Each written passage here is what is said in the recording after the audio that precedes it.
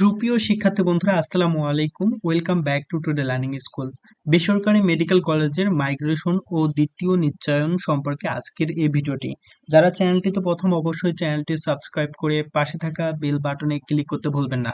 আর অনেকে আমার কাছে জানতে চেয়েছেন, ভাইয়া আমি আসলে আমার পছন্দ মতো আমি যে কলেজে ভর্তি হতে চেয়েছি সেই কলেজটি প্রথমে না দেওয়ার কারণে আমি সেই কলেজে চান্স পাইনি, সেই কলেজের সিটে আমি পাইনি।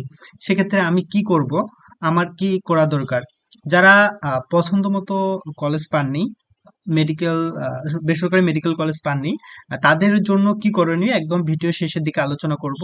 আর এই ভিডিওটি শুরু থেকে শেষ পর্যন্ত দেখবেন। যারা দ্বিতীয় নিশ্চয়ন, অর্থাৎ যারা ফার্স্ট টাইম কোনো এসএমএস পাননি, দ্বিতীয় নিশ্চয়নের জন্য এসএমএস পেয়েছেন, এবং মাইগ্রেশন সম্পর্কে আজকের এই ভিডিওটি। যারা চ্যানেলটিতে প্রথম, অবশ্যই চ্যানেলটি সাবস্ক্রাইব করে পাশে থাকা বেল বাটনে ক্লিক করতে ভুলবেন না, কারণ সকল আপডেট ভিডিওগুলো আমার এই চ্যানেলের মাধ্যমে আপনারা জানতে পারবেন। সো কথা না বাড়িয়ে চলুন শুরু করা যাক। তো প্রথমে প্রথম নিশ্চয়ন আমরা জানি সকলে, যে প্রথম নিশ্চয়ন শেষ হয়েছে।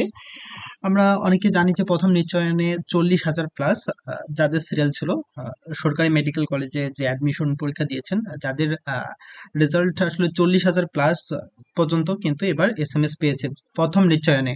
ঠিক আছে। তো প্রথম নিশ্চয়নে যারা এসএমএস পেয়েছেন তারা অনেকেই নিশ্চয়ন সম্পূর্ণ করেছেন, আবার অনেকে নিশ্চয়ন সম্পূর্ণ করেননি। যারা নিশ্চয়ন সম্পূর্ণ করেননি, অর্থাৎ যারা নিশ্চয়ন সম্পূর্ণ করেননি তাদের সিটটি কিন্তু খালি হয়েছে। ধরুন আপনাদেরকে এসএমএস পাঠানো হয়েছে কিন্তু আপনি নিশ্চয়ন সম্পূর্ণ করেননি, সেক্ষেত্রে ওই সিটের বিপরীতে আজকে আজকে দ্বিতীয় নিশ্চয়নের জন্য এসএমএস দেওয়ার কথা। আমি এখনো সঠিকভাবে এরকম কোনো তথ্য পাইনি যে কারা কারা এসএমএস পেয়েছে, কত পর্যন্ত সিরিয়াল পর্যন্ত গিয়েছে। যারা এই ভিডিওটি দেখছেন অবশ্যই জানাবেন যদি আপনি দ্বিতীয় নিশ্চয়ন করার জন্য এই ভিডিওটি দেখছেন। সেক্ষেত্রে আপনার সিরিয়াল কততম ছিল কমেন্ট সেকশনে জানিয়ে দিবেন। দ্বিতীয় নিশ্চয়ন যারা প্রথম নিশ্চয়ন করেনি তাদের সিটটি খালি হয়ে গেল। তাদের খালি সিটের বিপরীতে দ্বিতীয় নিশ্চয়ন হবে আজকে 22 মার্চ। আজকে 22 মার্চ হওয়ার কথা ছিল বিজ্ঞপ্তিতে। তবে এখন আমি সঠিক ইনফরমেশন পাইনি যে 22 মার্চে এখনো রেজাল্টটি সম্পূর্ণ হয়েছে কিনা। তো যারা ভিডিওটি দেখছেন দ্বিতীয় নিশ্চয়ন কিভাবে করতে হবে, নিশ্চয়নের একটি ভিডিও আমি আমার এই চ্যানেলটিতে দিয়েছি। অবশ্যই এই চ্যানেলটিকে নিশ্চয়ন কিভাবে করতে হয় এ বিষয়ে ভিডিওটি দেখে নিবে। তো চলুন কথা না বাড়িয়ে এর পরের যে দ্বিতীয় নিশ্চয়নে আসলে কত পর্যন্ত সিরিয়াল যেতে পারে। দ্বিতীয় নিশ্চয়নে আশা করা যাচ্ছে 50,000 প্লাস সিরিয়াল পর্যন্ত এসএমএস পাবে। অর্থাৎ আপনারা যারা মেডিকেল অ্যাডমিশনে অংশগ্রহণ করেছেন, যাদের সিরিয়াল কিনা 50,000 প্লাস, তারা আশা করি দ্বিতীয় নিশ্চয়নের এসএমএস পাবেন। দ্বিতীয় নিশ্চয়নে সেক্ষেত্রে নিশ্চয়ন করতে হবে। দ্বিতীয় নিশ্চয়নে যারা এসএমএস পাবেন তাদের কি করতে হবে? দ্বিতীয় নিশ্চয়নের জন্য নিশ্চয়ন করতে হবে। নিশ্চয়ন করার একটি ভিডিও আমার চ্যানেলটিতে রয়েছে, ভিডিওটি দেখে নেবে। দ্বিতীয় নিশ্চয়নের শেষ তারিখ 25 মার্চ। অর্থাৎ 25 মার্চের মধ্যে যদি আপনারা দ্বিতীয় নিশ্চয়নের এসএমএস পাওয়ার পরও নিশ্চয়ন সম্পূর্ণ না করেন, সেক্ষেত্রে আপনি কোনোভাবেই বেসরকারি মেডিকেল কলেজে ভর্তি হতে পারবেন না। এরপরে আমরা যদি দেখি, ভর্তি কার্যক্রম চলবে। সুপ্রিয় শিক্ষার্থী বন্ধুরা, ভর্তি কার্যক্রম কিন্তু চলবে 3 থেকে 12 এপ্রিল। 3 থেকে 12 এপ্রিলের মধ্যে আপনাদেরকে ভর্তি হতে হবে। যারা নিশ্চয়ন করবেন তারাই শুধুমাত্র ভর্তি হতে পারবেন, এবং যে কলেজে এসএমএস এসেছে সেই কলেজে আপনারা ভর্তি হতে পারবেন।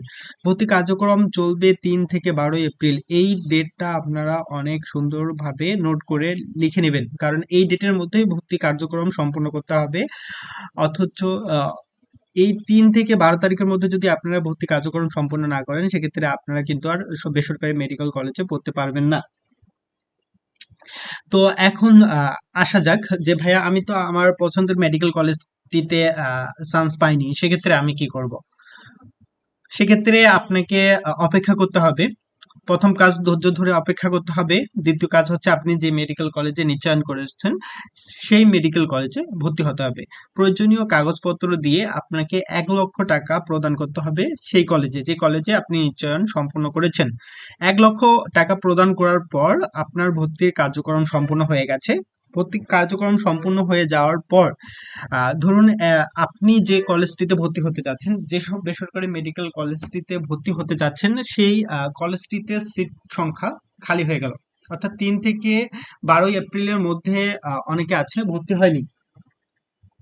ঠিক আছে? সুপ্রিয় শিক্ষার্থী বন্ধুরা, যারা কিনা ভর্তি হয়নি তাদের সিটটি কিন্তু খালি হয়ে গেল। আর সেই খালি থাকার বিপরীতে আপনি এখন মাইগ্রেশনের জন্য অ্যাপ্লাই করতে পারবেন। মাইগ্রেশনের কোচিং মাইগ্রেশনের সুযোগ পাবে সিট খালি থাকলে। আমি আবারও বলছি, আপনি যে মেডিকেল কলেজটিতে পড়ার আগ্রহ প্রকাশ করেছেন সেই কলেজটিতে যদি সিট খালি থাকে সেক্ষেত্রে আপনি আহ, সেই মেডিকেল কলেজটিতে মাইগ্রেশনের জন্য কি করতে পারবেন, অ্যাপ্লাই করতে পারবেন। এখন কথা হচ্ছে যে কিভাবে আপনারা জানবেন যে কোন কলেজে কতটি সিট খালি হয়েছে। এটির প্রজ্ঞাপন অবশ্যই জারি করবে ভর্তি প্রক্রিয়া শেষ হওয়ার পরে, যে কোন মেডিকেল কলেজে কতটি সিট খালি রয়েছে। উচ্ছিং মাইগ্রেশনের জন্য যে কলেজে ভর্তি হয়েছেন সেই মেডিকেল কলেজ থেকে উচ্ছিং মাইগ্রেশনের ফর্ম নিতে হবে। আপনি যদি মাইগ্রেশনের জন্য অ্যাপ্লাই করতে চান সেক্ষেত্রে প্রথমত 1 লক্ষ টাকা প্রদান করে যে কলেজে ভর্তি হয়েছেন সেই কলেজের থেকে একটি মাইগ্রেশনের ফর্ম নিতে হবে। মাইগ্রেশনের ফর্ম নিয়ে যে কলেজের আপনি ভর্তি হতে চাচ্ছেন সেই কলেজের সিট খালি থাকার বিপরীতে আপনি মাইগ্রেশনের জন্য অ্যাপ্লাই করতে পারেন।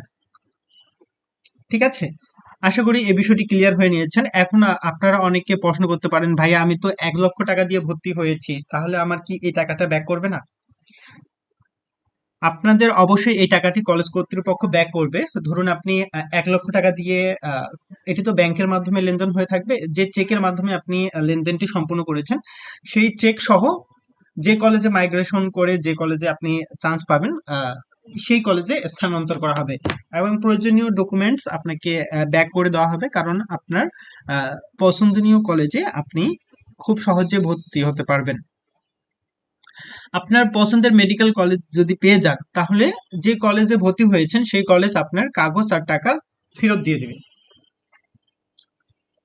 ফেরত দিতে হবে মানে আপনাকে ফেরত দিয়ে দিবে। আপনি শুধু কলেজ কর্তৃপক্ষের কাছে জানাবেন যে আমি আমার পছন্দের মেডিকেল কলেজ, অর্থাৎ আমি আমার এলাকা চট্টগ্রামে থাকি, চট্টগ্রামে চান্স পেয়ে গেছি। আমি ঢাকায় থাকি, আমি ঢাকার একটা মেডিকেল কলেজে চান্স পেয়ে গেছি। আমি আর বাইরে যেতে চাচ্ছি না। ঠিক আছে, সেক্ষেত্রে আপনি মাইগ্রেশন ঐচ্ছিক মাইগ্রেশনের মাধ্যমে যদি আপনি আপনার পছন্দের মেডিকেল কলেজটি পেয়ে যান, আপনি এভাবে আপনার টাকা এবং কাগজগুলো স্থানান্তর করতে পারবেন। এর পুরো প্রক্রিয়াটি সম্পূর্ণ হবে পরবর্তীতে ভর্তি কার্যক্রম শেষ হওয়ার পর। 3 থেকে 12 এপ্রিলে ভর্তি কার্যক্রম সম্পূর্ণ হওয়ার পরে আপনারা এই কাজটি করতে পারবেন। সো এখন যারা নিশ্চয়ন সম্পূর্ণ করেছেন তাদের যে কলেজে নিশ্চয়নটি সম্পূর্ণ হয়েছে আপাতত সেই কলেজেই ভর্তি হতে হবে। 1 লক্ষ টাকা প্রদান করে সেই কলেজে ভর্তি হতে হবে। পরবর্তীতে আপনারা ঐচ্ছিক মাইগ্রেশন করতে পারবেন। আর আরেকটি বিষয়, আমার চ্যানেলটিতে যারা প্রথম অবশ্যই চ্যানেলটিতে সাবস্ক্রাইব করে পাশে থাকা বেল বাটনে ক্লিক করতে ভুলবেন না। মেধা ও অসচ্ছল কোঠার বেশ কিছু আপডেট ভিডিও আমি এই চ্যানেলটিতে আপলোড করেছি। মেধা ও অসচ্ছল কোঠার বেশ কিছু শিক্ষার্থী আমার একটি হোয়াটসঅ্যাপ গ্রুপে জয়েন হয়েছে। আপনারাও চাইলে যারা মেধা ও সচ্ছল কোঠায় অ্যাপ্লাই করেছেন তারা চাইলে আমাদের গ্রুপটিতে জয়েন করতে পারেন। আমি একটি ছোটখাটো কমিউনিটি বিল্ড আপ করার চেষ্টা করছি, যে কাদের এসএমএস আসছে, কারা আসলে চান্স পেলো, কততম সিরিয়াল পর্যন্ত এবার অসচ্ছল ও মেধা কোঠায় চান্স পেয়েছে, এ বিষয়ে একটি ছোটখাটো রিপোর্ট তৈরি করে পরবর্তী ব্যাচের পরীক্ষার্থীদের জন্য একটি ভিডিও তৈরি করার জন্যই এই কাজটি করছি।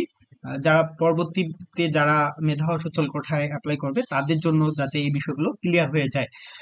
সো আমার চ্যানেলটিতে যারা প্রথম অবশ্যই চ্যানেলটি সাবস্ক্রাইব করে পাশে থাকা বেল বাটনে ক্লিক করতে বলবেন না, কারণ আমার এই চ্যানেলটির প্রধান উদ্দেশ্য হচ্ছে শিক্ষামূলক ভিডিও আপলোড করা।